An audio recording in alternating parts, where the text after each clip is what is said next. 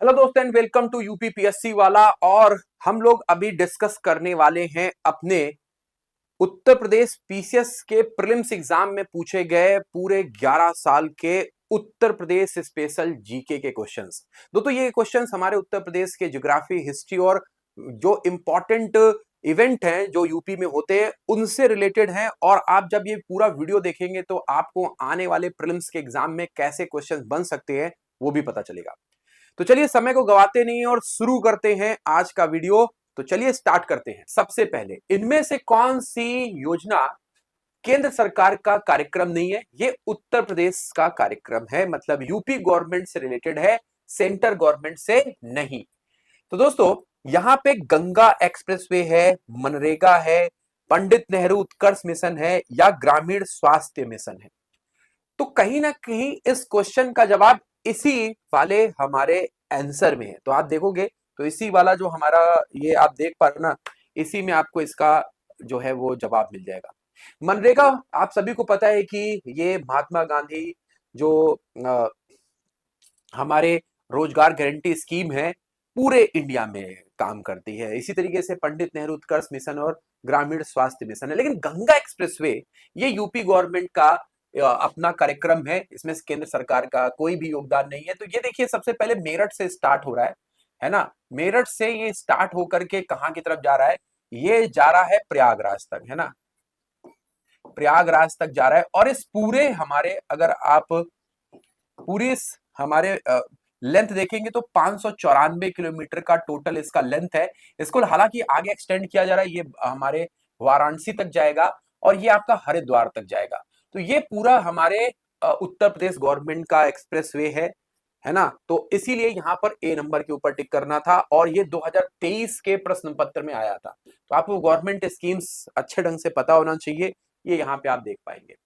अगला क्वेश्चन है, उत्तर प्रदेश के निम्नलिखित शहरों में से कौन सा भारत की अध्यक्षता के दौरान G20 के 217 की 11वीं बैठक का स्थल के रूप में नहीं सम्मिलित था? तो देखिए G20 2023 में हमारे बैठक हो रही थी, है ना। 2023 में आपने देखा कि हमारे अलग अलग शहरों में 200 से ज्यादा बैठकें हुई और उनमें कौन सी ऐसी जगह थी यूपी में जहां पर यह बैठक नहीं हुई? बनारस, आगरा, कानपुर, ग्रेटर नोएडा। ठीक है, तो बनारस में भी हुई, आगरा में भी हुई, लखनऊ में भी हुई, ग्रेटर नोएडा में भी हुई, लेकिन हमारे कानपुर में नहीं हुई। दैट्स वाई कानपुर यहां पे सही जवाब जाता है। G20 की बैठक कानपुर में नहीं हुई थी और यही आपको टिक करना है। तो G20 का जो हमारे सत्र है ये 2023 में वसुधैव कुटुंबकम थीम के साथ शुरू किया गया। भारत के 200 शहरों से ज्यादा अलग अलग जगहों पर बैठक हुई और हमारे उत्तर प्रदेश में लखनऊ, बनारस, ग्रेटर नोएडा, आगरा, इन जगहों पर आयोजन किया गया था। आगे चलते हैं। Which of the following scheme are related to Uttar Pradesh government? इनमें से कौन सी योजना उत्तर प्रदेश से संबंधित है ना। देन उसके बाद से अनुथी उपहार योजना, मातृ शक्ति उद्यमिता योजना, कौशल्य मातृ योजना या स्त्री निधि योजना। ठीक है, हिंदी और इंग्लिश दोनों में सेम है। अब यहां पे देखेंगे तो ऑप्शन नंबर सी को टिक किया गया है, मतलब केवल एक नंबर ऐसा है जो उत्तर प्रदेश गवर्नमेंट से संबंधित है, अनुथी उपहार योजना। ये यहाँ पे बाकी की सारी केंद्र सरकार की योजना है, इसीलिए केवल एक नंबर के ऊपर टिक किया गया है। ठीक है, तो याद रखना अनुथी जो उपहार स्कीम है ये हमारे संबंधित है उत्तर प्रदेश गवर्नमेंट से, याद रखिए बाकी की सारी हमारे केंद्र सरकार के द्वारा चलाई गई। ये हमारे वुमन एम्पावरमेंट मतलब महिला सशक्तिकरण के लिए चलाई गई स्कीम है ना। तो अनूठी उपहार योजना इज अ करेक्ट आंसर। आगे चलते, नेक्स्ट है, फरवरी 2023 तक उत्तर प्रदेश में अमृत भारत स्टेशन योजना के कितने स्टेशनों को मॉडर्नाइजेशन के लिए चुना गया? तो देखिए अमृत भारत योजना एक बहुत इंपॉर्टेंट है जिसको 2023 में ही लाया गया था और इसके तहत हमारे 1400 से भी ज्यादा स्टेशन पूरे इंडिया में मॉडर्नाइज किए जा रहे हैं। मॉडर्नाइजेशन का मतलब दोस्तों क्या होता है कि ये हमारे वहां पे लिफ्ट होगी, है ना। देन उसके बाद से वेटिंग एरियाज अच्छे होंगे, है ना, टॉयलेट्स अच्छे होंगे, वाईफाई होगा, है ना। तो ये सारी मॉडर्नाइजेशन के लिए बनाई गई स्कीम्स हैं डिस्प्ले बोर्ड्स लगे होंगे कि कहाँ पे कौन सी हमारे कोच आ रहा है। तो ये स्कीम्स में यूपी के स्टेशन की संख्या काफी ज्यादा थी। 149 यहाँ पे यूपी के स्टेशन सम्मिलित किए गए। 149 ए नंबर पे है, सो दैट आप ए नंबर टिक कर सकते हैं। ठीक है, आगे चलते हैं। नेक्स्ट, उत्तर प्रदेश एक जिला एक उत्पाद कार्यक्रम के आधार पर इनमें से कौन सा जोड़ा सही मेल नहीं खाता है ना? बागपत वुडन प्रोडक्ट, अमेठी मूज उत्पाद, आगरा लेदर प्रोडक्ट, गौतम बुद्ध नगर रेडीमेड गारमेंट्स। तो कौन सा भाई यहां पर करेक्टली मैच नहीं है? तो क्या होना चाहिए भाई यहां पे सही जवाब? तो दोस्तों यहां पे सही जवाब है option number A, Baghpat wooden product. यहां पे ए नंबर सही हो जाता है। तो दोस्तों आपको मैं बताना चाहता हूं, वन डिस्ट्रिक्ट वन प्रोडक्ट, है ना, वन डिस्ट्रिक्ट वन प्रोडक्ट जो योजना है, ये उत्तर प्रदेश गवर्नमेंट ने सन 2018 में शुरू किया, जिसके तहत हमारे हर एक डिस्ट्रिक्ट में एक ना एक जो उत्पाद होगा वो चुना जाएगा। जैसे कि बागपत में अभी हाल में ही मई के महीने में एक बहुत बड़ा परिवर्तन किया गया। यहाँ पे जो हमारे एग्रीकल्चर एंड एसोसिएट्स एलिमेंट है, एग्रीकल्चर की जो एसेसरीज है, जो उपकरण होते हैं ना, जो कृषि में इस्तेमाल होते हैं, उनको यहाँ पे हमारे वन डिस्ट्रिक्ट वन प्रोडक्ट बनाया गया। और यहाँ पर जीआई टैग बनाया गया है होम फर्निशिंग, जहां हमारे जो घर सज्जा के सामान होते हैं, तो होम डेकोरेशन या गृह सज्जा के जो सामान है, ये जीआई टैग है। और एग्रीकल्चर एंड एसेसरीज, ये यहाँ का वन डिस्ट्रिक्ट वन प्रोडक्ट है। याद रखिएगा, ये अभी हाल में ही मई 2025 में चेंज हुआ है, तो ये वापस से रिपीट हो सकता है। याद रखिए, बहुत इंपॉर्टेंट है। अमेठी में मूज और उसके पदार्थ, मूज और उससे बनने वाले, मूज क्या होता है, तो बेसिकली घास होती है जिससे कई सारी टोकरियां और बहुत सारे सामान बनाए जाते हैं। तो आप यहाँ पर देख सकते हैं, ये इसका है। आगरा के लेदर प्रोडक्ट बहुत फेमस हैं, साथ ही साथ आगरा का पेठा भी यहाँ पे जोड़ दिया गया है ना। 2025 में गौतम बुद्ध नगर नोएडा में आपके, हाँ, हमारे रेडीमेड गारमेंट है। तो यहाँ पे ए नंबर टिक करना, ये गलत मिला हुआ है, A number is correct answer. आगे बढ़ते हैं। नेक्स्ट आपके सामने है, with the reference of budget for the financial year 2021-22, which of the following statement is true? The size of budget is 5,12,860.72 crore. The certain new scheme where also included in this budget, accounting rupees 10,967.87 crore, है ना। उत्तर प्रदेश के budget का आकार 5,12,860.72 करोड़ है। इस budget में कुछ नई योजनाओं को शामिल किया गया है, जिसके लिए 10,000 करोड़ रुपए की राशि जारी की जा रही है। यह 10,967 करोड़ रुपए का बजट होगा। तो दोस्तों हमको जिस भी साल में, क्योंकि ये देखिए ये हमारे 2020-21 का, सो दैट ये हमारे 20-21 वाले यूपी पीसीएस के एग्जाम में है, तो आपको इससे सीखना है कि हमें बजट बहुत अच्छे ढंग से करके जाना है ना। जैसे कि अभी हमने यहाँ पर 2025-26 का बजट जो रिसेंट वाला है, उसमें मैं आपको बताता हूँ कि हमारा जो बजट है वो 8.08 लाख करोड़ का है। ठीक है, तो आपको ये भी याद रखना है, जो रिसेंट वाला बजट है ना, जिस भी ईयर में आप यहाँ पे ये वीडियो देख रहे हो, तो रिसेंट वाला बजट आपको अच्छे ढंग से आना चाहिए। हालांकि मैं इसका सही जवाब आपको बता देता हूँ, बी नंबर यहाँ पे सही है ना, दोनों स्टेटमेंट यहाँ पे सही है, लेकिन फिर भी आपको रिसेंट बजट को अच्छे ढंग से मेमोराइज करना है, उसकी ईच एंड एवरी जो भी वहां पे नंबर्स हैं।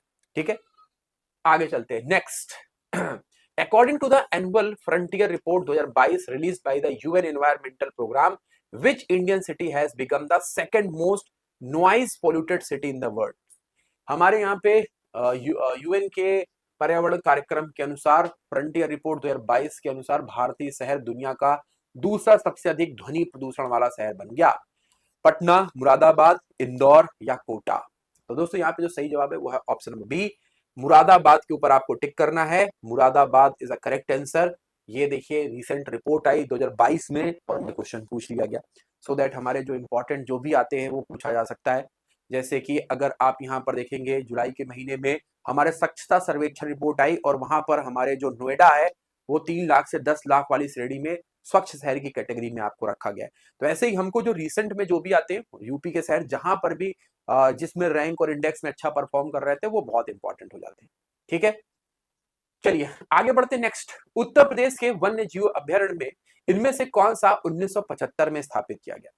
किशनपुर है, देन उसका से कतरनिया घाट है, हमारे रायपुर है या चंबल है? कौन सा 1975 में स्थापित किया गया है? तो दोस्तों यहाँ पे जो सही जवाब हो जाएगा वो है हमारे ऑप्शन नंबर बी, कतरनिया घाट। यहाँ पे आपको टिक करना है। कतरनिया घाट ये हमारे तराई क्षेत्र में स्थित है, लखीमपुर खीरी और बहराइच के बीच में, और इसको 1975 में अभी वाइल्ड लाइफ सेंचुरी घोषित किया गया था। ठीक है, याद रखिएगा, कतरनिया घाट, किशनपुर और दुधवा नेशनल पार्क है ना, दुधवा नेशनल पार्क, इन तीनों को मिला करके हमारा एक टाइगर रिजर्व बनाया गया है ना। उस टाइगर रिजर्व का नाम भी है दुधवा टाइगर रिजर्व। तो दुधवा नेशनल पार्क के साथ कौन से दो हैं? किशनपुर एंड कतरनिया घाट हमारे शिवालिक के फुटफॉल में पड़ता है, और ये भी याद रखना है। अभी हाल में कतरनिया घाट से किशनपुर के बीच में एक ट्रेन भी चलाई जा रही है, जो कि आपको पूरा वाइल्ड लाइफ का आपको एंजॉयमेंट देगी। ठीक है, आगे चलते हैं। नेक्स्ट है, पश्चिमी उत्तर प्रदेश के संदर्भ में निम्नलिखित कथनों में से कौन सा सही है? उत्तर प्रदेश का पश्चिमी क्षेत्र अन्य क्षेत्रों की तुलना में बहुत अधिक विकसित है। यह क्षेत्र हरित क्रांति का साक्षी रहा है। यहाँ पे पश्चिमी उत्तर प्रदेश के संदर्भ में कौन सा स्टेटमेंट सही है, ये पूछा गया है। तो पश्चिमी उत्तर प्रदेश अन्य अन्य क्षेत्र की तुलना में विकसित है, हरित क्रांति का साक्षी रहा है। तो यहाँ पे सही जवाब क्या होना चाहिए? तो दोस्तों यहाँ पे भी सही जवाब है दोनों। तो देखिए हमारे यहाँ पे अगर आप यूपी को देखेंगे तो यूपी का हमारा जो सबसे विकसित क्षेत्र है वो है नोएडा, गाजियाबाद, देन उसके बाद से आप देख सकते हो मेरठ, ये ज्यादा विकसित है। हमारे जो सबसे कम विकसित क्षेत्र है उसमें बुंदेलखंड, बिकॉज बारिश कम होती है ना, और पूर्वांचल का क्षेत्र, ये सबसे कम विकसित क्षेत्र है। यहाँ पे जो 22 डिस्ट्रिक्ट है पूर्वांचल में और 7 बुंदेलखंड के, ये कम विकसित हैं, ये हमारा ज्यादा विकसित है। अब हरित क्रांति में हमारा जो ये हरियाणा टच यहां से लग जाता है, हरियाणा टच, जिसकी वजह से हरियाणा की हमारे जो हरित क्रांति हुई तो पश्चिमी उत्तर प्रदेश, हरियाणा और पंजाब में गेहूं की पैदावार बहुत ज्यादा हुई थी। सो दैट यहां पे दोनों स्टेटमेंट आपके सही हो जाते हैं। आगे बढ़ते, नेक्स्ट क्वेश्चन आपके सामने, consider the following cities of Uttar Pradesh and arrange them in descending order in the term of their population. Ghaziabad, Kanpur, Agra, Lucknow. तो भैया 2011 की जनगणना अंतिम ऑफिशियल जनगणना मानी जाती है और उसके अकॉर्डिंग हमको ये अरेंज करना था। तो दोस्तों यहाँ पे अगर आप देखोगे हमारे जो सही जवाब है वो है ऑप्शन नंबर बी। मतलब यहाँ पे सबसे डिसेंडिंग का मतलब क्या हो जाता है कि आपको सबसे ज्यादा जनसंख्या वाले को पहले लिखना है, फिर उसके बाद से आपको जो उससे कम और लास्ट में जो सबसे कम जनसंख्या है उसको लास्ट में लिखना है। तो यहाँ पे हमारे जो कानपुर नगर है ना, कानपुर नगर यहाँ पे सबसे पहला है। देन उसके बाद से आप देखोगे हमारा आ जाता है गाजियाबाद, देन उसके बाद से आ जाता है आपका लखनऊ, और फिर यहाँ पर आ जाता है आगरा। सो दैट यही आपको क्रम याद रखना है और यही आपका हो जाता है सही जवाब। सो बी नंबर को यहाँ पे सही माना गया। तो यहाँ पे डिस्ट्रिक्ट की बात नहीं की गई है, नगरों की बात की गई है, याद रखना सिटीज की बात की गई है, और सिटीज के अकॉर्डिंग ये पूछा गया था। सो दैट आप यही टिक करके आएंगे। ठीक है, आगे चलते नेक्स्ट। उत्तर प्रदेश में कौन सा बांध उत्तर प्रदेश में नहीं है? इनमें से कौन सा जो निम्नलिखित डैम में उत्तर प्रदेश में नहीं है? यहां पे है Ahraura dam, Adhwa dam, Baghelkhand dam या बदुआ डैम। इनमें से उत्तर प्रदेश में कौन सा डैम नहीं देखने को मिलेगा? ठीक है, तो यहां पर देख सकते हैं बदुआ डैम, ये उत्तर प्रदेश में नहीं है। तो याद रखिएगा हमारे यहाँ पर जो कई सारे डैम हैं उत्तर प्रदेश में आपको देखने को मिलेंगे, लेकिन ये जो बदुआ डैम है ये आपका उत्तर प्रदेश में नहीं है। ठीक है, याद रखिए काफी महत्वपूर्ण हो जाता है। ठीक तो ये कहां पर है? तो बी से बदुआ और बी से बिहार। तो बिहार का डैम हमारे यूपी में दे दिया गया है, तो आपको याद रखना पड़ेगा। ये भी ऐसा क्वेश्चन आ जाएगा तो थोड़ा सा तकलीफ हो सकती है आपको। दुधवा नेशनल पार्क इनमें से कौन से डिस्ट्रिक्ट में स्थित है? तो उत्तर प्रदेश का एकमात्र नेशनल पार्क जो कि हमारे काफी फेमस है, Dudhwa national park, Sitapur district, Lakhimpur Kheri, Pilibhit या बहराइच। तो उत्तर प्रदेश का एरिया के दृष्टिकोण में सबसे बड़ा जो डिस्ट्रिक्ट है वो है लखीमपुर खीरी, और यही जो लखीमपुर खीरी है हमारे यहाँ पर उत्तर प्रदेश में सबसे बड़ा नेशनल पार्क का कारण है। तो बी नंबर के ऊपर आप यहाँ पे टिक कर सकते हैं, Lakhimpur Kheri is a absolutely correct answer. B number पे लखीमपुर खीरी। ठीक है, आगे चलते हैं। उत्तर प्रदेश दिवस किस तारीख को मनाया जाएगा? 23 जनवरी, 25 जनवरी, 24 जनवरी या 26 जनवरी? तो दोस्तों, उत्तर प्रदेश का नाम पहले यूनाइटेड प्रोविनेंस था, है ना। यूनाइटेड प्रोविनेंस का नाम बदला गया 1950 में, और ये तारीख थी हमारे 24 जनवरी की।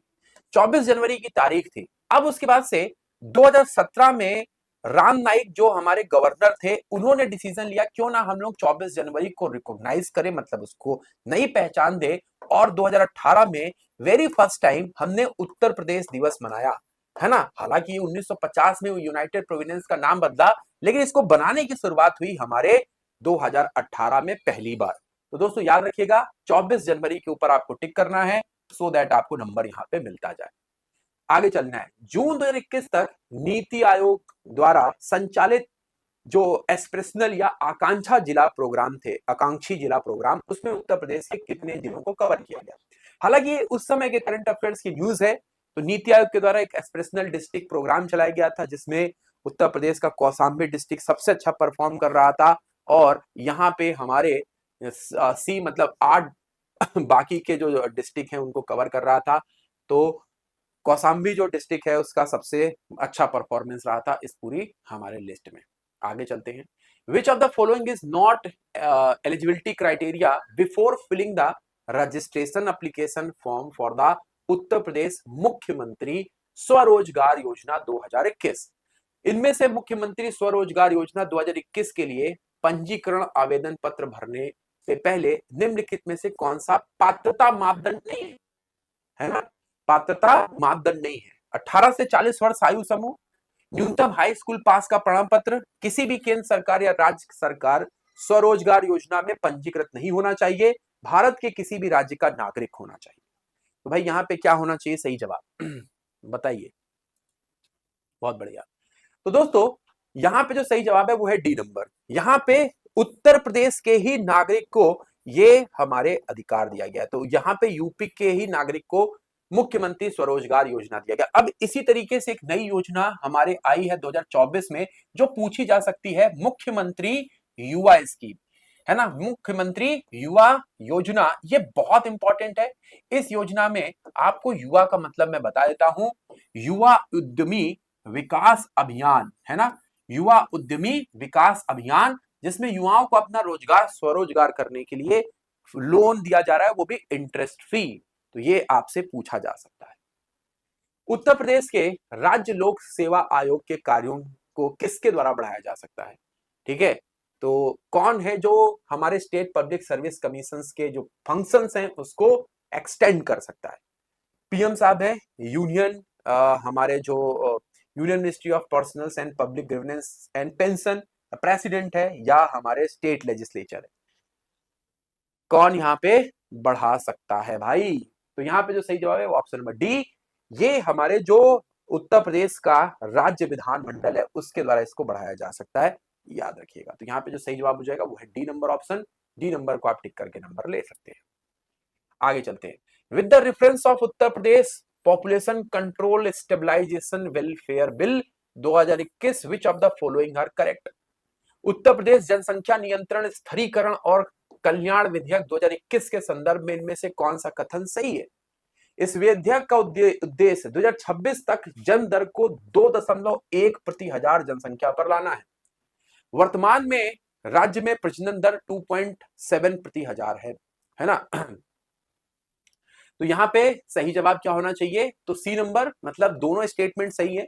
इस विधेयक का उद्देश्य 2026 तक जन्म दर को 2.1, है ना, हर 1000 में 2.1 नए जन्म लेने वाले हो, है ना। और वर्तमान में जो ये स्थिति है 2.7 है, 2.7 पर 1000 है। तो यहाँ पर फर्टिलिटी रेट हमारे 2.7 पर, मतलब अगर 2.7 हजार हजार लोग है तो उसमें न्यूली बॉर्न 2.7 हुए, उसको 2026 तक 2.1 लाना है, क्योंकि हमारे प्रदेश की जनसंख्या देश की तो बढ़ रही है, प्रदेश की तो और बढ़ रही है।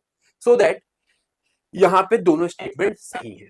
आगे चलते हैं। इनमें से किस शहर में देश का पहला भारतीय कौशल संस्थान स्थापित किया गया?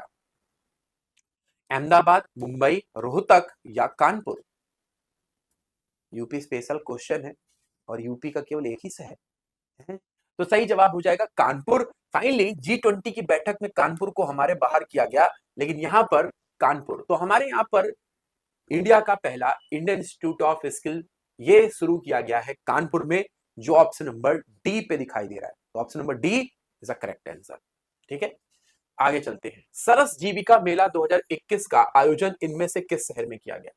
सरस जीविका मेला का आयोजन इनमें से किस शहर में किया गया? पटना है, रायपुर है, लखनऊ है या नोएडा है? तो दोस्तों यहां पे जो सही जवाब हो जाएगा वो है ऑप्शन नंबर डी, नोएडा में। तो नोएडा के ऊपर आप टिक करके नंबर प्राप्त कर सकते हैं। सरस आजीविका मेला, इसका आयोजन 2021 में किस में कहां पर हुआ? नोएडा में हुआ। आप नोएडा के ऊपर टिक कर सकते हैं। आगे बढ़ते हैं। फिर से देखिए एक स्कीम आ रही है, तो आपको स्कीम बहुत अच्छे ढंग से याद रखना है। हिंदी में पढ़ते हैं। उत्तर प्रदेश में कौन सी योजना 2021-22 के बजट में शुरू की गई थी? आत्मनिर्भर कृषि कृषक समन्वय विकास योजना, मुख्यमंत्री सक्षम सुपोषण योजना, मुख्यमंत्री प्रवासी श्रमिक उद्यम विकास योजना या युवा उद्यमी विकास योजना? तो भाई क्या होना चाहिए सही जवाब? 2021-22 में कौन सी हमारी योजना को शुरू किया गया था? तो दोस्तों सही जवाब है ऑप्शन नंबर ए, मतलब पहला आत्मनिर्भर कृषक समन्वय योजना, नंबर 2 मुख्यमंत्री सक्षम सुपोषण योजना, और ऑप्शन नंबर 3 हमारे कौन सा है? मुख्यमंत्री प्रवासी श्रमिक उद्यम विकास योजना। तो जो हमारे प्रवासी श्रमिक कोविड से आ रहे थे उनके लिए किस तरीके से यहाँ पे व्यवस्था की जाए। सक्षम सुपोषण मतलब अच्छा खाना, जो हमारे माताएं दुग्ध सेवन करा रही हैं, है ना, जो प्रेग्नेंट है उन महिलाओं के लिए ये योजना था। और कृषक समन्वय विकास योजना ये किसानों के लिए थी। तो ए नंबर ऑप्शन इसीलिए सही है। कहां? 1, 2 और 3। अगले क्वेश्चन की तरफ चलते हैं। Which of the following Ramsar site is not situated in Uttar Pradesh? इनमें से कौन सी हमारे रामसर साइट उत्तर प्रदेश में नहीं है? सुर सरोवर, है ना, देन उसके बाद से इसी को कीथम झील बोलते हैं, समसपुर, देन उसके बाद से सरसरई नावर और हमारे सुरिनेसर मानसर झील। तो देखिए रामसर साइट बड़ी इंपॉर्टेंट जाती है। तो यहां पर आप देखोगे तो हमारे डी नंबर ऑप्शन मतलब सूरीनसर मानसर झील ये हमारे जम्मू कश्मीर में पड़ती है, जबकि सुर सरोवर जिसको कीथम झील बोलते हैं भैया ये आगरा में है ना। समसपुर पक्षी अभ्यारण्य जिसको आप रायबरेली में देखेंगे बहुत अच्छी तरीके से, है ना। सरसरई नावर झील बहुत बढ़िया तरीके से याद रखना, ये कहां पर है? इटावा में है, इटावा। ठीक है, तो याद रखना इटावा में है। तो ये आपके सारे के सारे आपको देखने को मिलेंगे, ये बहुत इंपॉर्टेंट है। ठीक है, रामसर साइट 10 याद होनी चाहिए, लेकिन ये वाले हमारे नहीं है यूपी में, यही पूछा गया था तो हम ये डी नंबर टिक कर देते हैं। मैचिंग पूछ सकता है, आगरा रायबरेली इटावा करने को याद करके अच्छे से जाना है। As per census 2011 estimate which of the following is most populous state in India? 2011 के अनुमानों के अनुसार इनमें से कौन सा भारत में सबसे अधिक आबादी वाला राज्य है, जहां पे सबसे ज्यादा आबादी देखने को मिलेगी? तो यहां पर आपका बिहार है, एमपी है, महाराष्ट्र है या उत्तर प्रदेश है। 2011 में सबसे ज्यादा आबादी कहां पर थी? तो भैया देखिए 19.98 करोड़ की आबादी, है ना। अगर खुद एक ये देश होता तो 5 अलग अलग देशों के बाद इसका नंबर छठे नंबर पे आता है ना। तो भैया देखिए Uttar Pradesh is a correct answer. यहाँ की आबादी 19.98 करोड़ है, जो कि किसी भी प्रदेश से सबसे ज्यादा है। फिर उसके बाद से महाराष्ट्र दूसरे नंबर पे होगा, लेकिन Uttar Pradesh on top, D number इसीलिए हमने टिक करना है। उत्तर प्रदेश में क्षेत्रफल की दृष्टिकोण से सबसे छोटा हमारा डिस्ट्रिक्ट कौन सा है? हमीरपुर है, हरदोई है, हाथरस है या हापुड़ है? सारे एच से हैं, ठीक है। सारे एच से हैं। तो देखिए यहां पे हमारे 2011 के लास्ट में एक नया डिस्ट्रिक्ट बनता है ना, जिसका नाम है हापुड़। मेरठ के बिल्कुल पास में है, मेरठ डिवीजन का हिस्सा है। तो मेरठ के बिल्कुल पास में आपको देखने को मिलेगा हापुड़, और ये हमारे आप देख पा रहे होंगे सबसे छोटा डिस्ट्रिक्ट है। दरअसल से अगर आप देखेंगे सबसे बड़े डिस्ट्रिक्ट में लखीमपुर खीरी आ जाता है। तो बहुत ही आसान क्वेश्चन बन जा रहे हैं। अब देखिए जैसे जैसे हमारे क्वेश्चन में आप पीछे वाले सालों में जाएंगे क्वेश्चन आसान है, लेकिन जैसे हम आगे वाले साल पढ़ेंगे क्वेश्चंस का लेवल बढ़ता जाएगा, जैसे आपने पॉलिटी में भी देखा था। ठीक है, हाँ। आगे चलते देखिए, फिर से बजट का क्वेश्चन आ गया। उत्तर प्रदेश सरकार ने बजट 2021-22 में निम्नलिखित में से किस योजना के तहत छात्रों को टैबलेट प्रदान करने की घोषणा की? मुख्यमंत्री अभ्युदय योजना, मुख्यमंत्री रोजगार योजना, मुख्यमंत्री बाल सेवा योजना या मुख्यमंत्री शिक्षा योजना? तो टैबलेट, है ना। तो आपने देखा कि मुलायम सिंह यादव जी की सरकार में लैपटॉप बांटे गए, तो यहां पर टैबलेट बांटे जा रहे हैं। और युवाओं के लिए जो सबसे हम यहां पर देख पाएंगे टैबलेट की जो शुरुआत है उसका नाम था हमारे मुख्यमंत्री अभ्युदय योजना, लेकिन बाद में इसका नाम बदल करके स्वामी विवेकानंद योजना कर दिया गया था। स्वामी विवेकानंद योजना, इसका उद्देश्य देखिए, अभ्युदय योजना का उद्देश्य था जो हमारे फ्री कोचिंग्स हैं, फ्री कोचिंग्स ये आपके देने के लिए शुरू किया गया था अभ्युदय। तो इसका जो बाद में नाम किया गया, ये कर दिया गया था Swami Vivekananda free tablet scheme. तो ये आपको याद रखना है, पता चला आप कंफ्यूज हो जाए तो उस समय इस नाम से इसको शुरू किया गया, बाद में योजनाओं को बाइफरगेट मतलब अलग अलग किया गया। स्वामी विवेकानंद के नाम से टैबलेट बांटे गए और फ्री कोचिंग्स जो दी गई वो हमारे अभ्युदय योजना के नाम से दी। आगे चलते हैं। आजादी का अमृत महोत्सव के हिस्से के रूप में सांस्कृतिक मंत्रालय द्वारा भारत ने जून 2021 में शहीद राम प्रसाद बिस्मिल जयंती उत्तर प्रदेश के किस शहर में मनाने की घोषणा की? चौरी चौरा, शाहजहांपुर, रामपुर या बलिया? किस जगह पे ये हमारे घोषणा की गई? बताइए भाई, क्या होना चाहिए था? तो दोस्तों, आजादी का अमृत महोत्सव, और आप सभी को पता है हमारे राम प्रसाद बिस्मिल, अशफाक उल्ला खान, ये सारे के सारे शाहजहांपुर के थे। शाहजहांपुर से इन्होंने एक अपनी पार्टी बनाई, है ना, अपना एक संगठन बनाया जिसका नाम था हिंदुस्तान रिपब्लिक एसोसिएशन। कानपुर में ये बनाई गई और इन्होंने अपने पैसे को लेने के लिए सहारनपुर से आ रही 8 डाउन एक्सप्रेस को यहाँ पर अपना पैसा लेने के लिए, जो अपना लखनऊ के पास एक जगह पड़ती है जिसको काकोरी बोलते हैं, वहां पर ट्रेन पे, हाँ, ट्रेन के ऊपर अपना पैसा लिया। इस पूरे हत्याकांड में अंग्रेजों की गोली लगने से एक व्यक्ति की मौत हुई और इसके लिए कई सारे लोगों को फांसी पे चढ़ा दिया गया। इतने क्रूर थे, सिर्फ कुछ 8,000 रुपए थे और उसके लिए उन्होंने कई सारे लोगों को फांसी चढ़ा दी।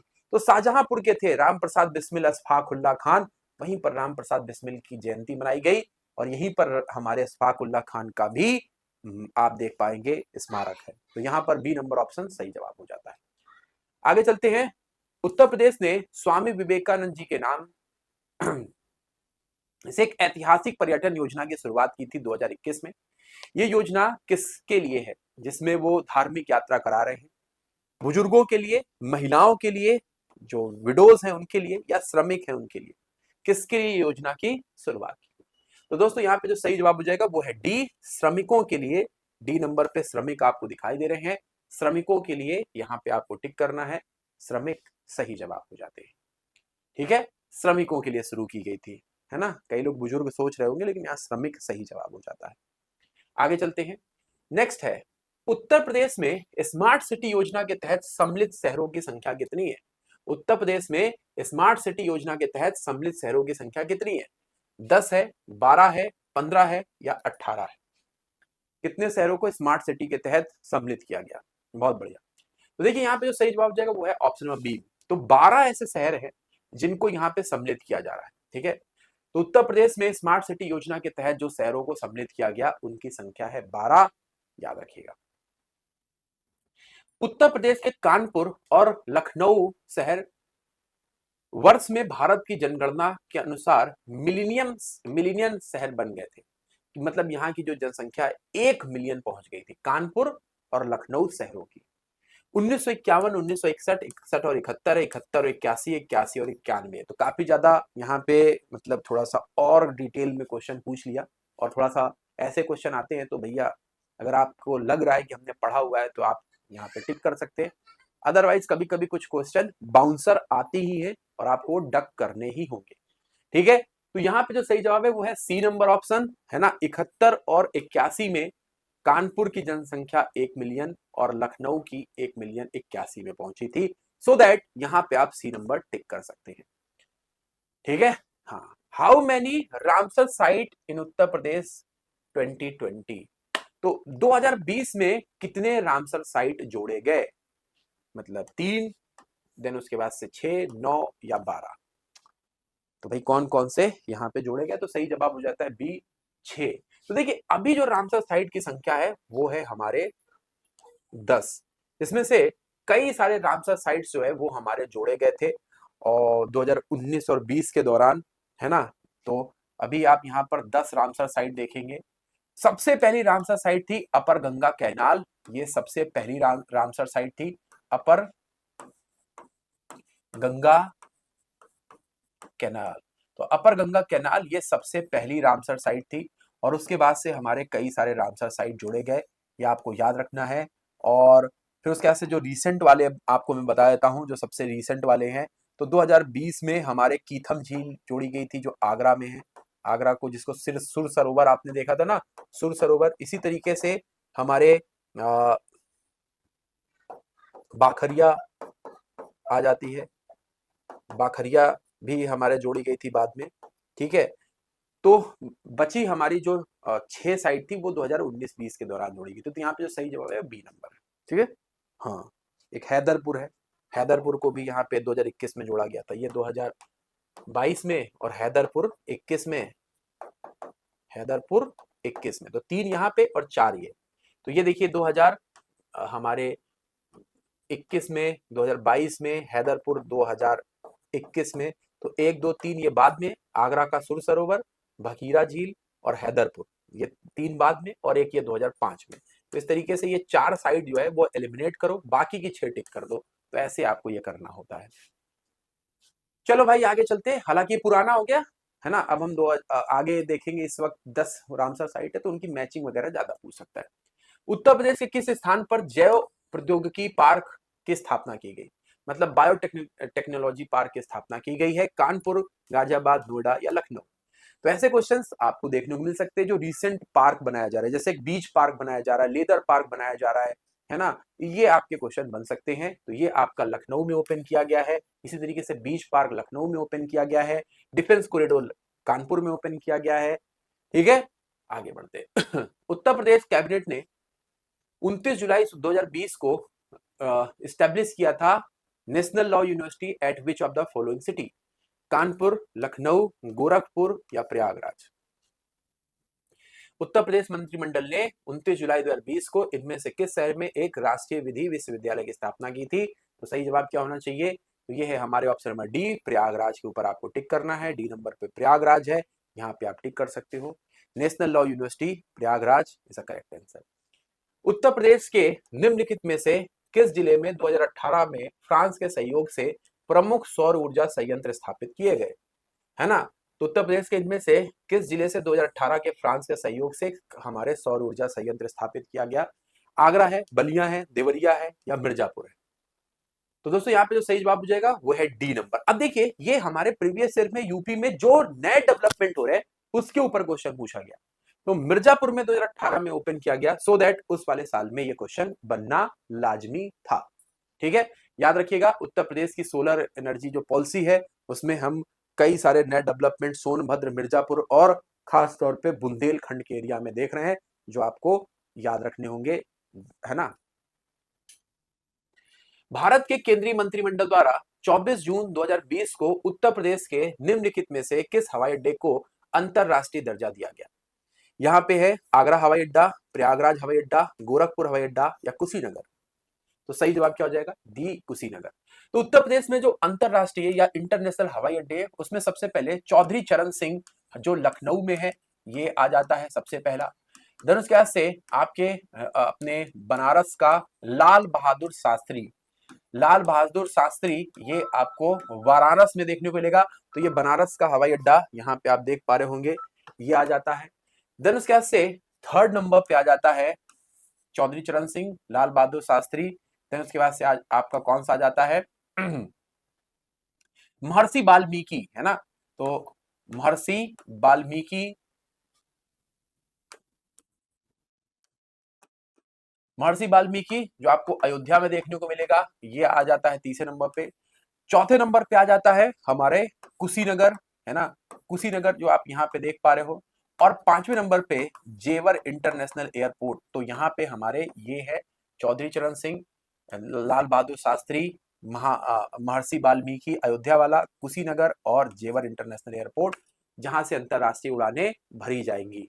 तो यहाँ पे जो सही जवाब होगा कुशीनगर 2020 में बना था। तो इस तरीके से आप टिक कर सकते हैं। बहुत सारे जो बौद्ध भिक्षुक हैं अलग अलग देशों से यहाँ पे आ रहे हैं। आगे चलते हैं। दिसंबर 2019 में नीति आयोग द्वारा सस्टेनेबल डेवलपमेंट प्रोग्राम में 2019-20 की रिपोर्ट के अनुसार उत्तर प्रदेश को किस कैटेगरी में रखा था? एस्पिरेंट, परफॉर्मर, फ्रंट रनर या अचीवर? तो बड़ा इंपॉर्टेंट हो जाता है। सस्टेनेबल डेवलपमेंट रिपोर्ट के ऊपर यूपी पीसीएस लगातार क्वेश्चन पूछता है, चाहे वो एसडीजी नंबर दे देता है, सस्टेनेबल डेवलपमेंट नंबर पूछता है, zero hunger climate action match करो। इसी तरीके से रिपोर्ट आती है तो उसके ऊपर क्वेश्चन पूछता है। तो यहाँ पे जब हमारे नीति आयोग रिपोर्ट बनाता है तो उसने कौन सा रैंक दिया था या कौन से कैटेगरी में रखा था? यहाँ पे बी नंबर है, परफॉर्मर कैटेगरी में रखा गया था। बी नंबर पे परफॉर्मर कैटेगरी आप देख सकते हैं।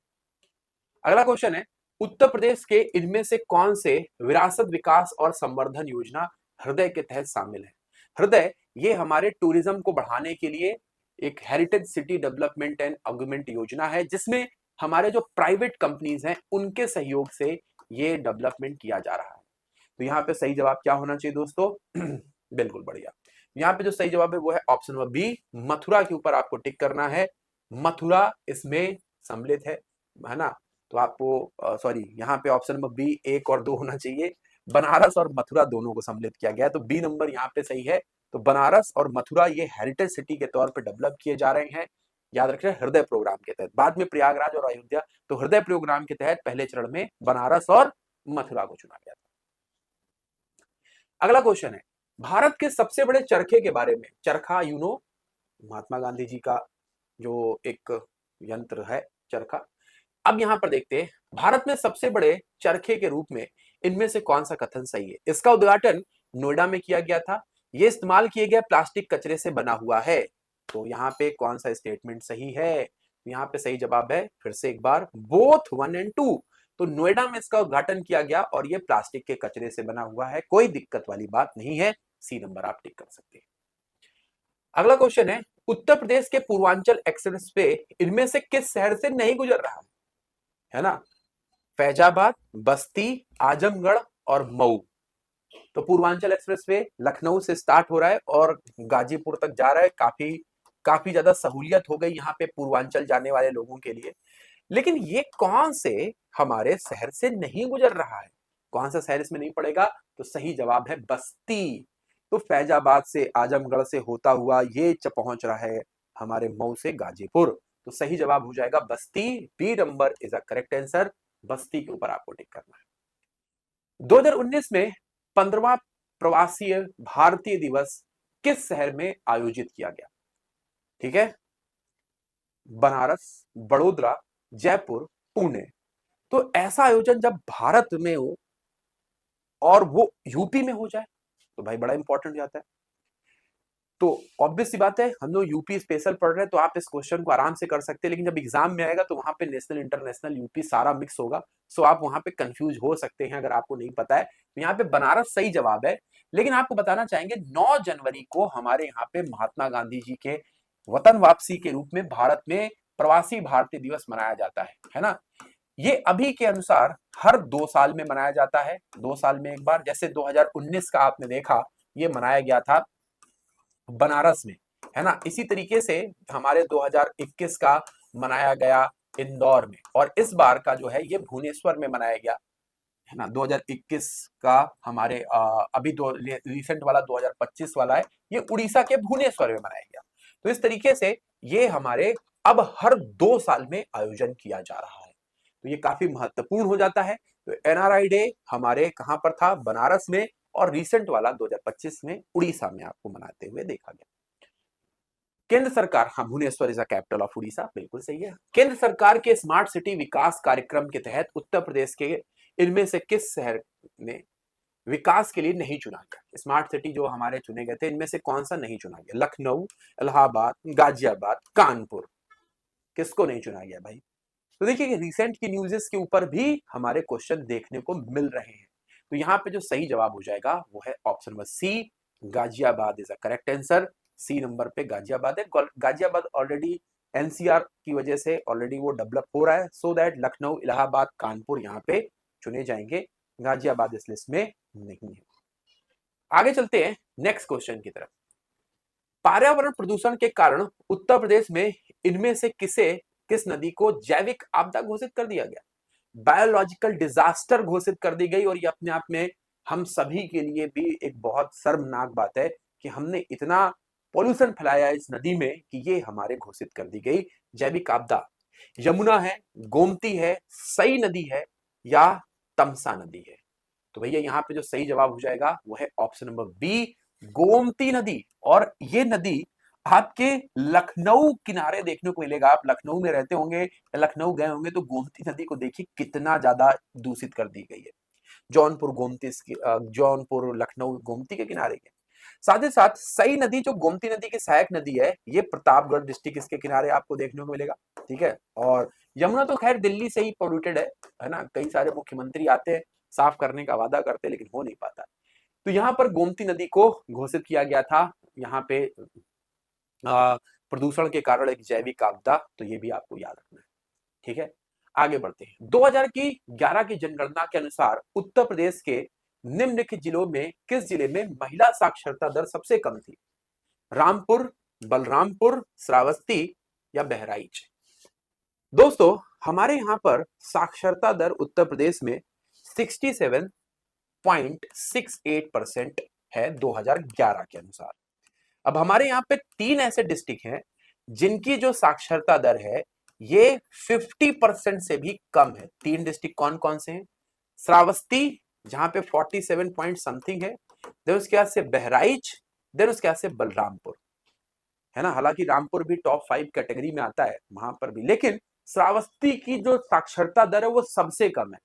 और ओवरऑल साक्षरता दर के बाद महिलाओं की साक्षरता दर भी सबसे कम श्रावस्ती में है। तो श्रावस्ती यहां पर सही है। और श्रावस्ती ही एक ऐसा डिस्ट्रिक्ट है अपने यूपी में जहां पर जनसंख्या में कमी भी देखी गई है। तो पलायन हो रहा है, शहर की तरफ लोग जा रहे हैं। तो जो लोग यहाँ पे बचे हैं वो उतने पढ़े लिखे नहीं है, जो 2011 की जनगणना बोल रही है। तो Shravasti is a correct answer. आगे बढ़ते हैं, अगला क्वेश्चन। 2011 की जनगणना के अनुसार किस राज्य ने अनुसूचित जनजातियों की संख्या का सबसे अधिक प्रतिशत देखा? यूपी, बिहार, तमिलनाडु या केरल? इनमें से हमारे सबसे कम प्रतिशत, माफ करिएगा, सबसे कम प्रतिशत इनमें से किस राज्य में है? यूपी, बिहार, तमिलनाडु, केरल? तो अपने आप में यूपी स्पेशल है तो आप यहाँ पे तो पिक कर रहे हैं, लेकिन एग्जाम में कैसे करना होगा वो डिफिकल्ट है। तो दोस्तों, हमारे यहाँ पर 2011 की जनगणना में 5 ट्राइब्स थी, है ना। और वो भी ट्राइब्स हमारे शिवालिक का जो तराई क्षेत्र है वहां पे पड़ती हैं, जिसमें पूरे उत्तर प्रदेश की जनसंख्या का मात्र 0.57% ही ट्राइबल्स थे, है ना। मतलब हमारे जो शेड्यूल्ड ट्राइब्स थी वो थी केवल 0.57%। थारू जनजाति जिसमें से सबसे ज्यादा है। ठीक है, तो यहाँ पे जो सही जवाब हो जाएगा वो है हमारा कौन सा? तो ऑप्शन नंबर आपको याद रखना है, कौन सा है? यूपी। यहाँ पे सबसे कम परसेंटेज में, मैंने यहाँ पे जनसंख्या में परसेंटेज ऑफ पॉपुलेशन में सबसे कम यही है। अभी मैं आपको बताता हूँ सबसे ज्यादा कहाँ पे। तो 95% जो पॉपुलेशन जहां पे ट्राइबल है उसमें लक्षद्वीप और हमारे मिजोरम आ जाते हैं, मिजोरम। लेकिन 2 ऐसे स्टेट है जहां पर 0 है, और वो कौन से हैं? पंजाब और हरियाणा, है ना। पंजाब और हरियाणा जहां पर ये हमारे 0 शेड्यूल्ड ट्राइब्स रहती है। उत्तर प्रदेश में 0.5% है, जो कि हमारे काफी कम है, याद रखिएगा। ठीक है, आगे बढ़ते हैं। नेक्स्ट, यहां पे आपके सामने स्पोर्ट्स गुड्स हैं, मैच बॉक्स है, ब्रासवेयर है, वुड कर्विंग है, मुरादाबाद, सहारनपुर, मेरठ और बरेली है। मैच करना है कहां पे कौन से हमारे इंडस्ट्री फेमस हैं, कौन कौन से? खेल का सामान, माचिस के डिब्बी, पीतल के बर्तन, लकड़ी की नक्काशी। 1 डिस्ट्रिक्ट 1 प्रोडक्ट, फेमस प्रोडक्ट भी बोल सकते हैं। ठीक है, करते खेल का सामान मेरठ, HRS चौक, है ना। फिर उसके से पीतल के बर्तन आप सभी को पता है मुरादाबाद। ठीक है, लकड़ी की नक्काशी सहारनपुर, और बचा माचिस की डिब्बी बरेली। तो आप इस तरीके से मैच कर सकते हैं। खेल का सामान 3 नंबर पे है, 3 नंबर इन दोनों पे है, हमने यहाँ पे कट कर दिया। माचिस की डिब्बी 4 नंबर पे है, 4 नंबर भी मैच कर रहा है। फिर पीतल के बर्तन हमारे 1 नंबर पे है, तो बी नंबर ऑप्शन आपका हो जाता है सही। That is the correct answer. B number को टिक करना है, बी नंबर इज द सही आंसर। आगे चलते हैं। नेक्स्ट क्वेश्चन है, मई 2017 में जारी सूची में शहरी विकास मंत्रालय द्वारा इनमें से किस शहर को सबसे गंदा शहर घोषित किया गया था? यूपी में सबसे गंदा शहर मेरठ, गाजियाबाद, गोंडा या शाहजहांपुर? सी, गोंडा। गोंडा को सबसे गंदा शहर घोषित किया गया था। तो ये अपने आप में गोंडा वालों के लिए काफी शर्मनाक बात हो जाती है कि गोंडा को यहाँ पे गंदा शहर घोषित किया गया। हालांकि वहां पे पार्वती, अर्गा जो नदियां हैं, झीलें बेसिकली बोल सकते हैं, वो भी काफी ज्यादा पोल्यूटेड है। तो यहाँ पे गोंडा करेक्ट आंसर हो जाता है। ठीक है, आगे बढ़ते हैं। उत्तर प्रदेश में कितने एग्रो क्लाइमेट जोन्स हैं? 3 हैं, 6 हैं, 9 हैं या 12? उत्तर प्रदेश में कितने एग्रो क्लाइमेट जोन्स हैं? तो ये तो बड़ा ही आसान क्वेश्चन और बहुत ही ज्यादा बार ये पूछा भी गया है अलग अलग बार में। तो यहाँ पे जो एग्रो क्लाइमेट जोन्स की संख्या उत्तर प्रदेश में वो है 9।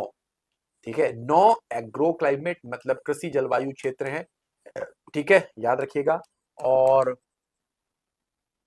4 इकोनॉमी जोन है, 4 इकोनॉमी जोन जिसमें आप पूर्वांचल, पश्चिमांचल, ठीक है, देन उसके बाद से सेंट्रल यूपी और बुंदेलखंड बोल सकते हैं। इसी तरीके से 31 स्पेशल इकोनॉमी जोन है, 31 स्पेशल इकोनॉमी जोन है। तो ये सारी चीजें आपको याद रखनी है। एग्रो क्लाइमेट जोन्स की संख्या सी 9 है जो मैंने आपको बताई थी। ठीक है, तो 9 आपको दिखाई देंगे। आगे चलते हैं। वर्ष 2014-15 में भारत से निर्यात में उत्तर प्रदेश का हिस्सा इस सीमा में। तो दोस्तों यहां पे क्वेश्चन क्या पूछा गया है कि जो भी चीज इंडिया क्या कर रहा है, एक्सपोर्ट कर रहा है, मतलब बाहर भेज रहा है, इसमें यूपी का परसेंटेज कितना है? ये पूरा इंडिया है, इसमें यूपी है, तो यूपी का परसेंटेज कितना था ये पूछा गया है। तो यहां पर आपके सामने है 4 से 5%, 5 से 6%, 6 से 7%, 7 से 8%। तो क्या होना चाहिए भाई यहाँ पे सही जवाब? बहुत बढ़िया, सही जवाब है सी नंबर, 6 से 7% का योगदान है। 6 से 7% का योगदान है हमारे एक्सपोर्ट में 14-15 में। तो ऐसी खबरें न्यूज़पेपर में आती है। इनमें से किस राज्य में नलकूप सिंचाई के अंतर्गत आने वाला सबसे अधिक क्षेत्र है? मतलब यहां पर नलकूप से सबसे ज्यादा सिंचाई होती है, वो कौन सा राज्य है? बिहार है, हरियाणा है, उत्तर प्रदेश है या पंजाब है? किस स्टेट में नलकूपों से सबसे ज्यादा सिंचाई हो रही है? हाँ, तो उत्तर प्रदेश हमारे कई चीजों में प्रथम है, कई चीजों में प्रथम है, फर्स्ट नंबर पे है। जैसे कि अगर आप यहां पर देखेंगे, जैसे कि आप देखोगे हमारे गेहूं उत्पादन में, वीट कल्टीवेशन में, है ना, आलू के उत्पादन में, है ना, देन उसके बाद से पोटैटो बोलते हैं इंग्लिश में आलू लिख दिया मैंने। देन उसके बाद से शुगर केन, गन्ने के उत्पादन में, है ना, देन उसके बाद से हमारे मैंगो के उत्पादन में। तो ओवरऑल अगर हम सारे अनाजों की बात करते हैं, है ना, सारे अनाज, सारे जो हमारे सीरियल्स हैं, अनाज हैं, उसमें भी यूपी का स्थान नंबर 1 पर है। तो उत्तर प्रदेश में सिंचाई के भी सबसे ज्यादा संसाधन होना लाजमी है। इसीलिए यहां पर तो आप इस पूरे हमारे क्वेश्चन में भी आप देखेंगे कि हम लोग यूपी स्पेशल की बात करें, सो दैट आपका ये तो यहाँ सही होगा ही होगा। ठीक है, आगे बढ़ते अच्छी तरीके से। नेक्स्ट क्वेश्चन आपका क्या है? एशिया की सबसे बड़ी चीनी मिल उत्तर प्रदेश में इनमें से कहां पर देखने को मिलेगी? खतौली, बलरामपुर, बुलंदशहर नगर या नजीबाबाद? एशिया की सबसे बड़ी चीनी मिल है। तो यहां पे सही जवाब हो जाएगा ए। तो मुजफ्फरनगर के पास में ये खतौली पड़ता है। तो मेरठ से अगर आप यहां पर जाएंगे, मेरठ से ये मुजफ्फरनगर, इसके बीच में हमारे यहाँ पर खतौली पड़ता है, दिस खतौली। तो हमारे कॉलेज में, मेरठ में हमारा कॉलेज था, तो हमारे 2 दोस्त जो है वो खतौली से रोज अप डाउन करते थे मेरठ के। तो वो बताते थे कि हमारे यहाँ पे पूरी एशिया की सबसे बड़ी चीनी मिल है। तो मेरठ से मुजफ्फरनगर के बीच में ये पड़ता है, स्टेशन है खतौली। तो कई बार आपके यहाँ भी ऐसे लोग, ऐसे दोस्त आपके होंगे जो आसपास के गांव से, आसपास के तहसीलों से संबंध रखते होंगे। खतौली ए नंबर। उत्तर प्रदेश में सॉफ्टवेयर और बिजनेस प्रोसेस आउटसोर्सिंग उद्योग की सबसे बड़ी जो एकाग्रता है या जो सबसे बड़ी हमारे कंसंट्रेशन है, ये कहाँ पे? मेरठ, कानपुर, नोएडा या बनारस? मुझे लगता है कर सकते हैं, ये वाला क्वेश्चन आसान है। क्या होना चाहिए यहाँ सही जवाब?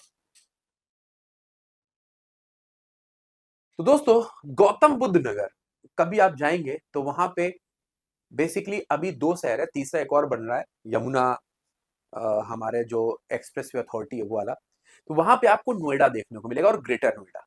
तो नोएडा और ग्रेटर नोएडा में आपको आईटी के बहुत सारे ऑफिसेस देखने को मिलेंगे, सॉफ्टवेयर, बहुत सारी इंडस्ट्रीज है ना। अभी तो वहां पर आप देखोगे ग्रेटर नोएडा में बहुत सारे अब मैन्युफैक्चरिंग इलेक्ट्रॉनिक्स के भी बहुत सारे हब बन रहे हैं। इलेक्ट्रॉनिक्स का जो हमारे दो यूनिट है वहां खोली जा रही है, एप्पल अपना असेंबलर फॉक्सकॉन वहां पे ओपन कर रहा है, बहुत सारे डेवलपमेंट हो रहे हैं नोएडा और ग्रेटर नोएडा में। तो नोएडा सॉफ्टवेयर का एक हब है, आपके भी कई सारे जानने वाले लोग नोएडा में सॉफ्टवेयर कंपनीज में काम कर रहे होंगे, तो Noida is correct answer. Meerut में कैंची बनती है, कानपुर में जो है वो चमड़ा बनता है, बनारस तो भैया है मंदिरों का हमारे शहर है बनारस। मुगल काल के दौरान मदरसा जो मुस्लिम न्याय शास्त्र के शिक्षण में एक विशिष्ट था, ये कहां पर स्थित है? लखनऊ, दिल्ली, सियालकोट या हैदराबाद? कहां पर आपको देखने को मिलेगा मुगल काल के दौरान मदरसा जो मुस्लिम न्याय शास्त्र था, ये कहां पर बनाएगा? तो फिर से देखिए, अभी आपके लिए आसान लग रहा होगा, सर यूपी जीके है, सिर्फ यूपी का एक ही शहर है लखनऊ, लखनऊ लखनऊ, तो आप ये टिक कर सकते हैं लखनऊ, है ना। तो Lucknow is a correct answer. हमने यहाँ पर जो देवबंद आंदोलन चलाया था, देवबंद, ये भी बहुत इंपॉर्टेंट है, तो ये लखनऊ यहाँ पे सही जवाब हो जाएगा। ए नंबर आप टिक कर सकते हैं, कोई दिक्कत वाली बात नहीं है। तो ये नंबर लखनऊ करेक्ट है, सही जवाब हो जाता है। आगे चलते हैं। उत्तर प्रदेश के निम्नलिखित में किस जिले में 112 वर्षीय महिला नौरोजी देवी को एक गांव का प्रधान चुना गया? और अपने आप में एक बहुत बड़ा डेवलपमेंट था, 112 वर्ष की महिला नौरोजी देवी जी चुनी गई, और ये अपने आप में एक बहुत बड़ा न्यूज बना था उस समय, और एग्जाम में पूछा गया। ठीक है, मऊ था, गाजीपुर था, आजमगढ़ था या जौनपुर था? बहुत बढ़िया, तो यहाँ पे सही जवाब हो जाएगा ऑप्शन नंबर सी, आजमगढ़ के ऊपर आप टिक कर सकते हैं, सी नंबर पे आजमगढ़ है, तो आजमगढ़ इज 100% करेक्ट आंसर। चलिए अगला क्वेश्चन। दिसंबर 2014 में उत्तर प्रदेश मंत्रिमंडल ने 4 शहरों में मेट्रो चलाने के लिए एक व्यवहार्यता अध्ययन करने और एक विस्तृत परियोजना रिपोर्ट तैयार कराने की अनुमति दी। इनमें से कौन सा शहर इन चारों शहर में नहीं आता? आगरा, मेरठ, बनारस या इलाहाबाद? जरा सोच के अच्छे ढंग से जवाब दीजिए, क्या होना चाहिए।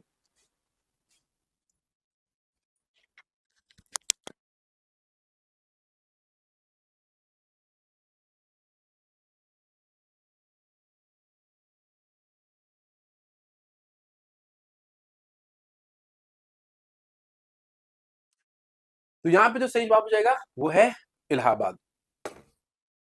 ठीक है, तो उत्तर प्रदेश मंत्रिमंडल चारों शहरों में मेट्रो चलाने के लिए जो हमारे इजाजत नहीं मतलब नहीं शामिल है, वो है इलाहाबाद। तो आगरा में चल रही है, मेरठ में चल रही है, बनारस में चल रही है, लखनऊ में चल रही, कानपुर में भी हमारे चलने लग गई। अब इलाहाबाद अभी इसमें सम्मिलित नहीं है, तो 2014 में जो आई थी डी, लेकिन जल्दी यहाँ पर भी चलने लगेगी। तो ये देखिए देखिए आप एक चीज देख रहे होंगे कि हमारे यूपी स्पेशल में जो रिसेंट में चीजें हो रही ना, उसके ऊपर क्वेश्चन पूछ रहा है, सो दैट आपको बहुत जरूरी है रिसेंट में जो चीजें हमारे यूपी में चल रही हैं उसके बारे में बहुत अच्छे ढंग से पढ़ना, अगर आप प्रीलिम्स की तैयारी कर रहे हैं। तो ये देखिए, इस जो हमारे 11 ईयर के पेपर है, इसमें एक चीज बहुत अच्छे ढंग से पता चलेगी हमको प्रीवियस ईयर क्वेश्चंस में किसके ऊपर फोकस करना है। ठीक है, आगे बढ़ते हैं नेक्स्ट। 2011 की जनगणना के अनुसार भारत की जनसंख्या उत्तर प्रदेश की जनसंख्या का कितना प्रतिशत है? 14.2%, 15.5, 16% या 18.2? तो देखिए, अभी आपने पढ़ा कि उत्तर प्रदेश की जो टोटल जनसंख्या है ये है 19.98 करोड़, जो हमारे 2011 में मीजर की गई, लेकिन अब तो ये काफी बढ़ गई होगी, लेकिन अंतिम ऑफिशियल यही हमारे पास थी। तो इसके अनुसार हमारे उत्तर प्रदेश में जो टोटल यूपी में उत्तर प्रदेश की जनसंख्या भारत की जनसंख्या का कितना प्रतिशत है, तो ये इंडिया लिख लीजिए। अब इसमें अब उत्तर प्रदेश को हम उत्तर प्रदेश की शेयरिंग, उत्तर प्रदेश में कितने लोग रहते हैं इंडिया के, तो 16 दशमलव यहाँ पर 16% लगभग अगर आप यहाँ पर देखेंगे तो लोग रह रहे हैं, तो यहाँ पर एस्ट्रिक साइन दिया गया, लेकिन लगभग 16% यहाँ पर रह रहे थे। ठीक है, 16%। ठीक है, चलो आगे बढ़ते। 2011 की जनगणना के अनुसार उत्तर प्रदेश के किस जिले में जनसंख्या का घनत्व सबसे अधिक है? जनसंख्या घनत्व क्या होता है? तो किसी भी हमारे क्षेत्र में कितने किलोमीटर, हर एक किलोमीटर स्क्वायर में कितने लोग रहते हैं। जैसे कि गांव का एरिया होगा तो ऑब्वियस सी बात है, वहां पे दूर दूर घर है, तो यहाँ का जो जनसंख्या घनत्व है वो क्या है, वो कम है, क्योंकि यहाँ पे कम लोग रह रहे हैं। लेकिन कुछ शहर है जहां पे हमारे फ्लैट बने हुए हैं, जहां पर एक आदमी घर था वहां एक फ्लैट बन गया, अब फ्लैट में 10 माले बन गए, 10 से भी ज्यादा ज्यादा माले के फ्लैट है। तो यहाँ पर एक 4 फ्लैट, एक माले में 4 फ्लैट, एक फ्लैट में 4 लोगों की फैमिली। ठीक है, तो इस तरीके से आप देखोगे जहां पर डेंस होगा, ज्यादा लोग रह रहे होंगे, वहां के जनसंख्या घनत्व तो सबसे ज्यादा होगा। तो ऑब्वियस सी बात है, हमारा जो गाजियाबाद है दिल्ली के पास में, और वो दिल्ली की तर्ज पर ही ग्रो किया है, सो दैट गाजियाबाद में सबसे ज्यादा जनसंख्या घनत्व आपको देखने को मिलेगा। एकदम यहाँ पर लोग जो है वो बिल्कुल पास पास में रहे हैं। तो गाजियाबाद, फिर बनारस, फिर लखनऊ आ जाते हैं। Ghaziabad is the correct answer. ठीक है। पाकिस्तान आतंकवादी अब्दुल वाहिद और फहीम का गोरखपुर का मार्ग, जिसे 27 मार्च 2014 में गोरखपुर में पकड़ा गया था, क्या था। ठीक है, तो किस तरीके से जा रहे थे, कि कितना कैसा क्वेश्चन पूछा गया था जो चर्चा में था न्यूज में, और वो यूपी पीसीएस ने उठा के रख दिया। ठीक है, और ये रिसेंट न्यूज का था। तो यहाँ पे पूछा गया 2 आतंकवादी पकड़े गए, अब्दुल वाहिद और फहीम, क्या आप उनके बारे में जानते हैं, कि आपने सिर्फ रट करके पहुंचे, आपके अंदर अवेयरनेस या सचेता है ही नहीं। तो ये क्वेश्चन आपको बता रहा है कि आपको थोड़ा सा अवेयर भी रहना है अपने आसपास की चीजों से। तो सही जवाब हो जाएगा ए नंबर। कराची से काठमांडू आए और काठमांडू से गोरखपुर। और अभी देखिए यहाँ पे इंटेलिजेंस बोल ही रही है कि भैया नेपाल जो है ना, ये इस वक्त आतंकवादियों का सबसे आसान जरिया है, यहां से आतंकवादी प्रवेश कर सकते हैं। तो यहाँ पे आपको याद रखना है, जो सही जवाब होगा वो कराची, काठमांडू से गोरखपुर इस रास्ते से पहुंचे थे।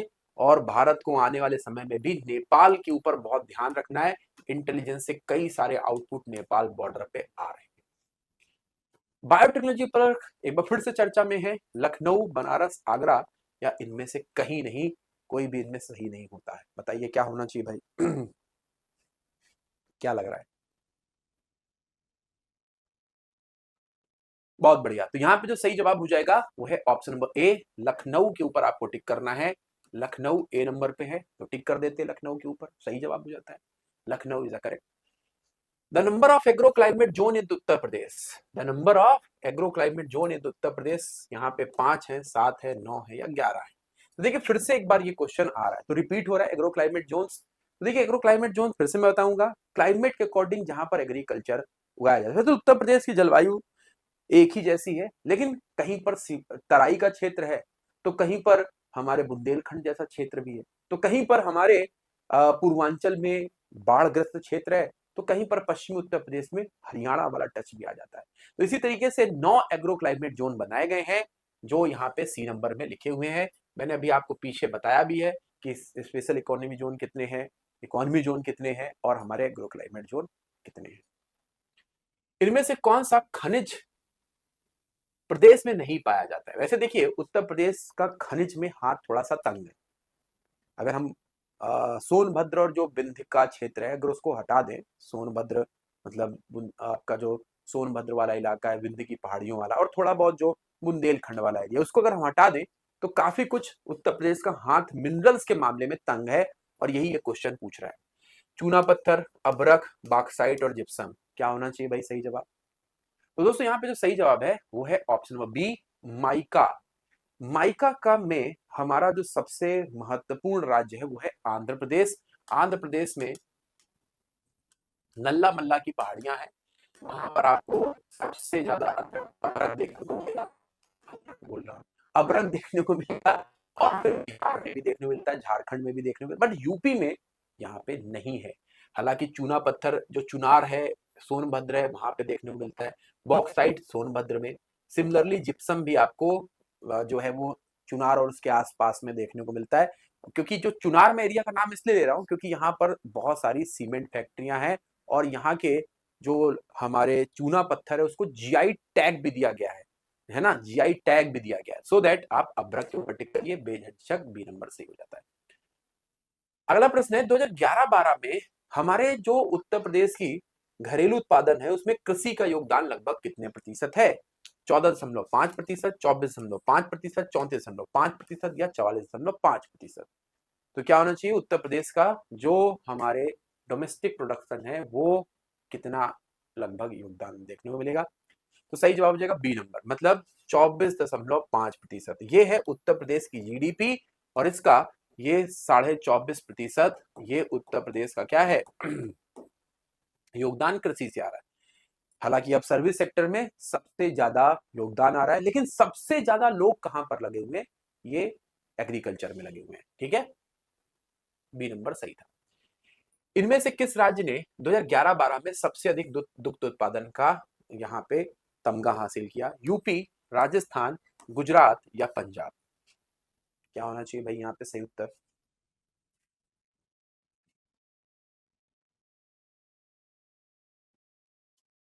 तो उत्तर प्रदेश में सबसे ज्यादा दूध का उत्पादन होता है। यूपी जो है वो इस लिस्ट में टॉप कर रहा है। तो उत्तर प्रदेश का दूध के उत्पादन में जो स्थान है वो सभी राज्यों से सबसे ज्यादा है। यहां पर भी लगभग 16% का योगदान है उत्तर प्रदेश का, आज भी नंबर 1 पर है। हालांकि कुछ समय पहले राजस्थान ने टक्करी दी थी, लेकिन उत्तर प्रदेश के द्वारा बनाई गई नंद बाबा मिल्क मिशन है ना, कौन सी, नंद बाबा मिल्क मिशन, ये हमारे एक बहुत बड़ा वरदान साबित हुआ और यूपी नंबर 1 पे था, नंबर 1 पर है और आगे भी नंबर 1 पर रहेगा है। आगे चलते हैं, देखिए वाइल्ड लाइफ के बारे में पूछ रहा है। Bhakhira wild life sanctuary Unnao, Okhla wild life sanctuary Lalitpur, Sandi wild life sanctuary Hardoi, Mahavir wild life sanctuary Basti, इनमें से कौन सा सही मिलान किया गया है, कौन सा जो है वो करेक्टली मैच्ड है? भखीरा, ओखला, संडी या महावीर स्वामी? क्या लग रहा है भाई?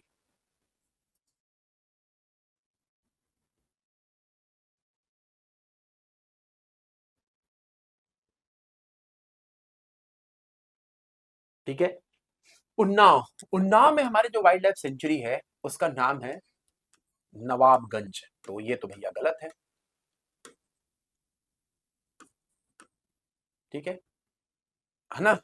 ओखला वाइल्ड लाइफ सेंचुरी ये आपके नोएडा में, ललितपुर में जो है उसका नाम है महावीर स्वामी, महावीर स्वामी, तो भैया ये भी गलत हो गया। ये सही है, Sandi wild life sanctuary Hardoi में, कोई दिक्कत नहीं है।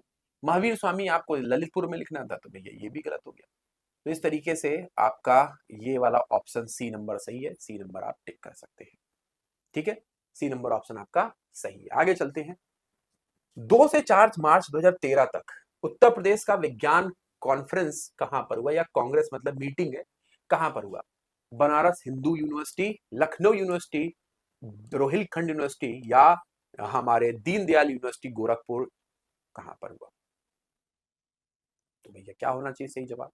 तो दोस्तों यहाँ पे जो सही जवाब है वो है option number D, DDU Gorakhpur university Gorakhpur, यहाँ पे आप टिक कर सकते हैं। तो D number, DD university Gorakhpur में आप टिक करेंगे, सही जवाब हो जाएगा।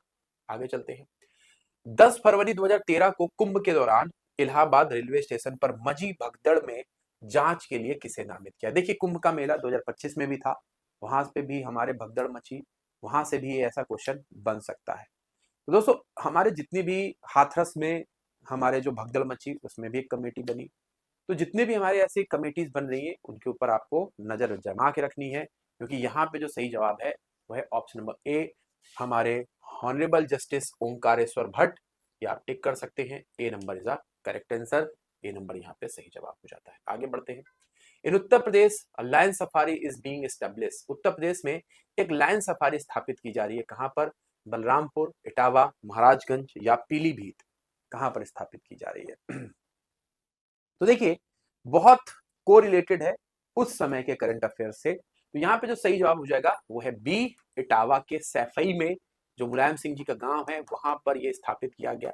अभी आप देखेंगे रिसेंट में महाराजगंज के जो कैपियरगंज वाला इलाका है, गोरखपुर वन्य क्षेत्र में पड़ता है, आपको बता दूं वहां पर एक हमारे गिद्धराज है ना, गिद्धराज कंजर्वेशन सेंटर बनाया जा रहा है। तो यह पूछा जा सकता है गिद्धराज जो कंजर्वेशन सेंटर कहां बन रहा है? महाराजगंज में। इसी तरीके से पीलीभीत में राइनो रिहेबिटेशन सेंटर, मतलब जो गैंडे हैं उनको रिहेबिटेट किया जा रहा है पीलीभीत में। और बलरामपुर में हो सकता है कि आने वाले समय में 5वां tiger reserve Suhelwa tiger reserve को बनाया जाए। तो सुहेलवा टाइगर रिजर्व कहां पर बन सकता है? ये बलरामपुर में बन सकता है, लेकिन इसका सही जवाब है इटावा, बी नंबर आप टिक कर सकते हैं बहुत अच्छी तरीके से। आगे चलते हैं, आपके सामने चुर्क है, फिरोजाबाद है, अलीगढ़ है और मेरठ है। एक जगह पे ताले हैं, स्पोर्ट्स गुड्स है, सीमेंट है एंड बेंगल्स है। तो मैच करना है कि कहां पे कौन सा फिट बैठता है। तो चुर्क, फिरोजाबाद, अलीगढ़, मेरठ, यहाँ पे आप देख सकते हैं क्या होना चाहिए। तो चुर्क चुनार में सीमेंट, ठीक है, फिरोजाबाद में चूड़ियां, अलीगढ़ के ताले और मेरठ के खेल का सामान। तो वन डिस्ट्रिक्ट वन प्रोडक्ट हो जाते हैं, बड़े महत्वपूर्ण, बड़े महत्वपूर्ण, बड़े महत्वपूर्ण। तो यहां पर आपको याद रखने हैं क्या होना चाहिए सही जवाब, तो ये आपको इंपॉर्टेंट हो जाता है। तो सी नंबर ऑप्शन टिक कर देते हैं, सही हो जाएगा। सही है ना भाई। तीसरा, फिर आपका दूसरे का यहाँ पे आ जाता है चौथा, फिर पहला तीसरे का और फिर सही है बिल्कुल सी नंबर। आगे चलते हैं, जो राष्ट्रीय राजमार्ग विकास परियोजना है इसमें दक्षिण और पूरब पश्चिम महामार्गों की बैठक कहां पर हुई। तो north south east west corridor of the national highway development project meet at. तो क्वेश्चन देखिएगा यहाँ पे क्या है, ये हिंदी में थोड़ा सा करेक्शन होगा, जो हमारे नॉर्थ से साउथ के बीच में जा रहा है। मतलब यहाँ पे आप देखोगे जम्मू कश्मीर से तमिलनाडु तक, या श्रीनगर से हमारे श्रीनगर से कन्याकुमारी तक, ठीक है। फिर उसके बाद से आप गुजरात से कहां तक, हमारे आसाम तक। तो ये जो पॉइंट है जहां पर मिल रहा है, ये पॉइंट उत्तर प्रदेश में कहां है, ठीक है, ये पूछ रहा है। कानपुर, झांसी, लखनऊ या बनारस। बहुत बढ़िया। तो यहाँ पे जो सही जवाब हो जाएगा वो है ऑप्शन नंबर बी, झांसी के ऊपर आपको टिक करना। B is a correct answer, B यहाँ पे सही जवाब हो जाएगा। ठीक है दोस्तों, तो ये थे हमारे यूपी स्पेशल के क्वेश्चंस का पूरा सेट। इस पूरी क्लास का पीडीएफ आप प्राप्त कर सकते हैं कहां पे, तो ये प्राप्त कर सकते हैं आप बहुत अच्छी तरीके से, जो दिया गया कमेंट है उसके पेन को क्लिक करिए, आप डाउनलोड कर सकते हैं। देखिए, सबसे पहले इस पूरी क्लास से हमको क्या सीखने को मिलता है कि यूपी की हमको अपने 6 महीने में जितने भी इंपॉर्टेंट इवेंट हैं उसको अच्छे से करने हैं। क्वेश्चन वहां से बन रहा है। यूपी का बजट अच्छे ढंग से करना है, यूपी की वाइल्ड लाइफ सेंचुरी अच्छे ढंग से करनी है, यूपी की जो इंपॉर्टेंट साइट्स हैं, चाहे वो रामसर हो, चाहे वो हिस्टोरिकल साइट हो, वो अच्छे ढंग से करने हैं। और यूपी में जो भी हमारे इंपॉर्टेंट बोल सकते हैं कि इकोनॉमिक एक्टिविटीज हैं, चाहे वो स्कीम्स हैं, चाहे वो हमारे इकोनॉमी सर्वे, उसको भी अच्छे ढंग से करना है। तो ये इस 11 साल के हमारे जो यूपी स्पेशल के क्वेश्चन है उससे हमको ये सीखने को मिलता है। तो उम्मीद करते हैं कि आने वाला जो प्रीलिम्स का एग्जाम है उनमें आप इन सारी चीजों पे अच्छे ढंग से महारत हासिल करेंगे, सो दैट कि आप एक अच्छा परफॉर्मेंस कर पाए आने वाले एग्जाम में। इन्हीं के साथ अब आपसे अलविदा लेने का समय हो चुका है। मिलते हैं अपने नेक्स्ट वीडियो में, जहां पे हम लोग और भी कई सारी बातें कर रहे होंगे। तो आप इस पीडीएफ को डाउनलोड करें और इसका अच्छे ढंग से रिवीजन करें। Thank you very much and take care.